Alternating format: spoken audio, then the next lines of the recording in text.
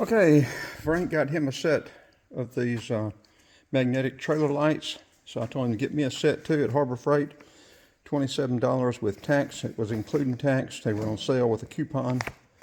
And I haven't taken mine out of the box yet. We're going to go ahead and plug his up and let you see how they work. We won't be able to mash the brakes because we can't do that and hold the camera and everything too. But there's mine. We're going to hook it up here to the trailer hitch and put the magnets on this. We'll just hang them on the side and do it that way.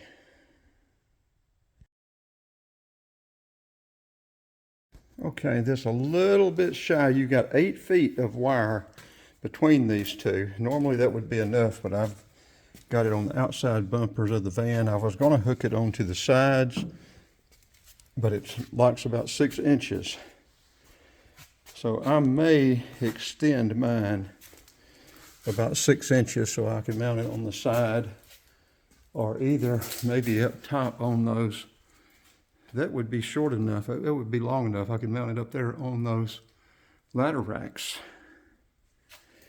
And then connect it. You've got a 20-foot connection that you can run it for 20 feet. So that would be plenty of room. And I said, this one's mine. I haven't opened up yet. So let's turn the lights on. And we'll be hearing a little buzz. Let's turn on parking.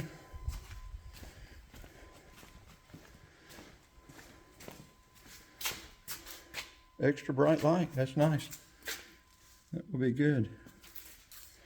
Let's try the blinker, see how that works. May have to turn the switch on to get that. Yeah, we're going to turn the switch on to do that.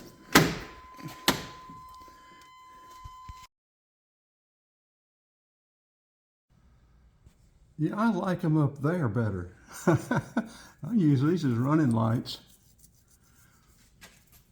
and mount them up there.